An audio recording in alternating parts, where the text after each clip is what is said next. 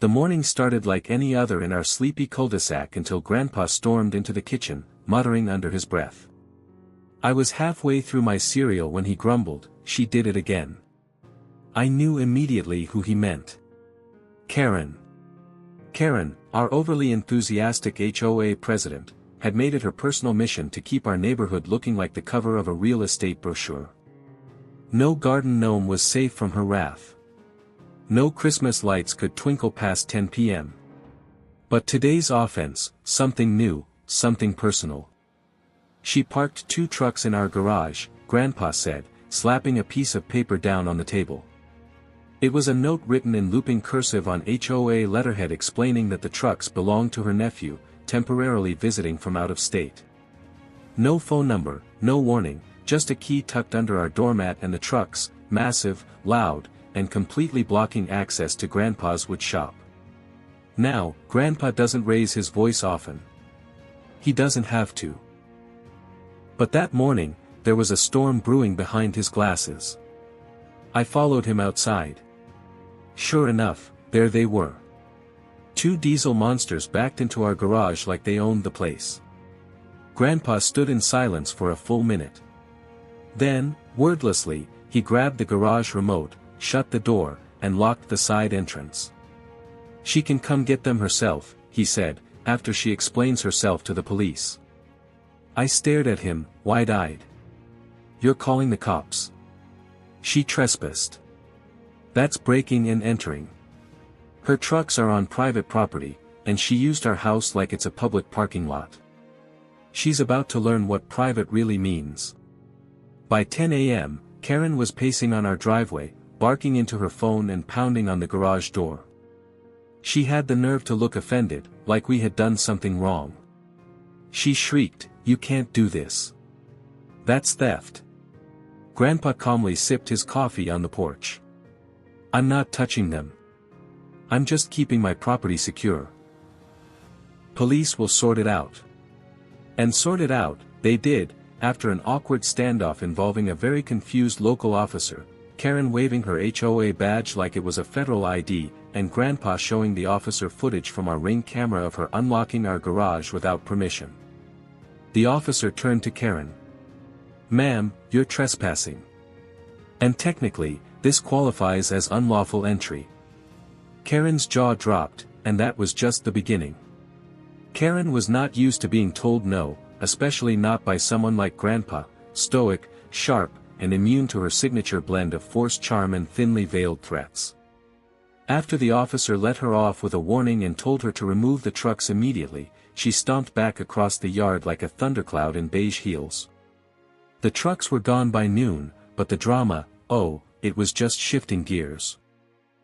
Later that afternoon, an official HOA email blast hit every resident's inbox with a subject line that screamed scandal: "Emergency HOA meeting tonight, neighborhood security breach." Grandpa didn't even flinch when he saw it. "She's spinning it," I said, reading over his shoulder. "Trying to make you look like the problem." "Let her try," Grandpa muttered, polishing his old military medals. "If she wants a fight, she picked the wrong veteran." By 6 p.m., our usually empty HOA clubhouse was packed.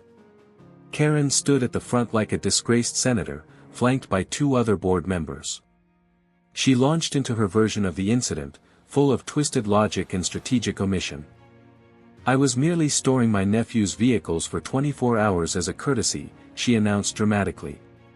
"But unfortunately, a certain resident took it upon himself to lock my property inside his garage and involve law enforcement. It was a gross overreaction. We must address this breakdown in community trust." Grandpa raised his hand. "May I respond?" Karen gave a tight smile. "Briefly." He stood. "I have security footage showing you unlocking my private garage and parking vehicles without permission. That's not a breakdown in trust. It's a violation of property rights.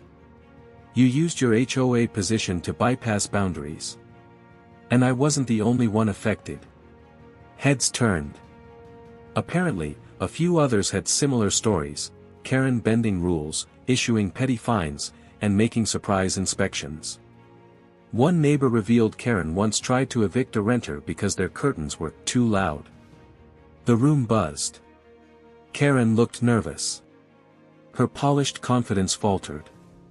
"I propose a vote," Grandpa said.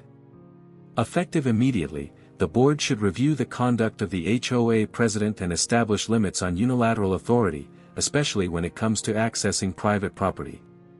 A murmur of agreement swept the room. Karen's voice rose, shrill now. "This is a witch hunt." But it was too late. The motion passed, and suddenly, the woman who had ruled the neighborhood like a suburban monarch was facing accountability for the first time in years. As we walked out, Grandpa chuckled. "That went better than expected."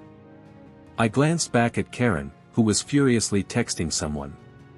"Yeah," I said, "but something tells me she's not finished yet." Karen went quiet for 3 days. Too quiet.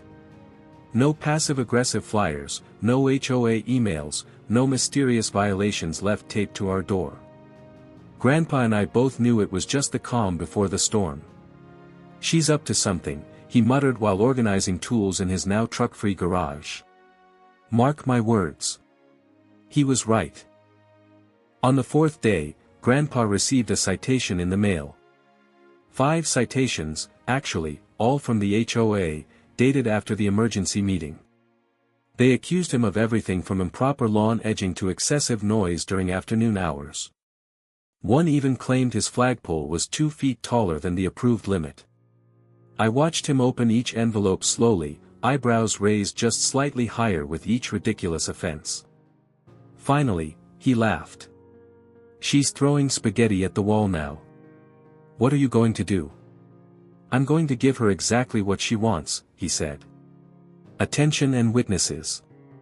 He spent the next day on the phone, filing formal appeals for each violation and scheduling public review hearings. He copied the entire HOA mailing list on every email. He even attached photos showing how none of the claims were valid. But it didn't stop there. The next evening, our security camera pinged again. Karen was back, this time pacing at the end of our driveway in the dark, phone in hand. She stood there for 20 minutes, occasionally snapping photos of our yard like she was preparing for a courtroom battle. At 10 p.m., the police came knocking. "Got a call about a noise complaint," the officer said. Someone was using power tools. Grandpa pointed to his workbench. Everything was unplugged. "Been asleep since 9. Want the security footage?" The officer chuckled. "Wouldn't be the first false call from this address. We'll file a report." That's when Grandpa did something unexpected. He invited the officer inside, offered him coffee, and gave him a full timeline of Karen's behavior, from the trucks in the garage to the fake citations. The officer nodded, took notes, and mentioned that he'd forward the details to the city's civil harassment unit. "She's escalating," I said after the officer left. "And badly." "That's what desperate people do," Grandpa said, walking out onto the porch. He looked out over the neighborhood, where porch lights flickered and sprinkler systems hummed. "But the more she pushes, the more she exposes herself." He paused. "And I have one more move she's not expecting." I raised an eyebrow. "What kind of move?" He smiled. "Let's just say the HOA is about to have a very different kind of president." The next week, Grandpa was a man on a mission. He wasn't interested in revenge. He wanted reform and accountability. So, when the HOA board announced that the president's seat would be up for a special election following several formal complaints, Grandpa submitted his candidacy paperwork that same afternoon. Karen was livid. "She's been president for 8 years," our neighbor, Mrs. Cortez, whispered to us. "No one's ever dared run against her, but your grandpa, he's got guts." Flyers went out. Word spread quickly. Grandpa didn't make promises he couldn't keep. He just laid out the facts. His campaign flyer read, "No drama, no power trips, just a neighbor who wants peace, privacy, and fair treatment for all." Karen, of course, ran a full-blown campaign, door-to-door visits, professionally printed signs, even a lawn service crew cleaning up her yard for optics. The night of the vote, the clubhouse was packed again. Residents showed up with folding chairs. Some brought popcorn. There was a buzz in the air, like a small-town election meets reality TV. Karen gave her usual speech, polished, scripted, and full of empty buzzwords like community cohesion and structural harmony. Then Grandpa stepped up. He didn't bring notes. He didn't need them. I served my country. I've paid off this house. I fix my own fences and bake cookies for my grandkids. What I don't do is use power to bully people. And that's what this election is really about. Not me, not Karen, but the kind of neighborhood you want to live in. The room burst into applause. Karen rolled her eyes. This isn't a popularity contest.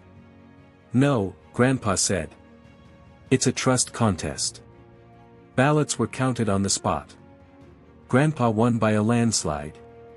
Karen stormed out of the room before the results were even finalized. One of the board members handed Grandpa a folder labeled Transition Binder. Inside was a list of responsibilities, documents, and dozens of pending complaints Karen had swept under the rug. He looked over the papers and smiled. Guess we've got work to do. That night, we sat on the porch as the stars came out. Grandpa sipped sweet tea and listened to the crickets. She'll probably move, I said. She'll definitely appeal, he replied. But it won't matter. She broke trust with the neighborhood, and that's not easy to repair. Do you think she'll ever admit she was wrong? He laughed. Not a chance, but we don't need her to.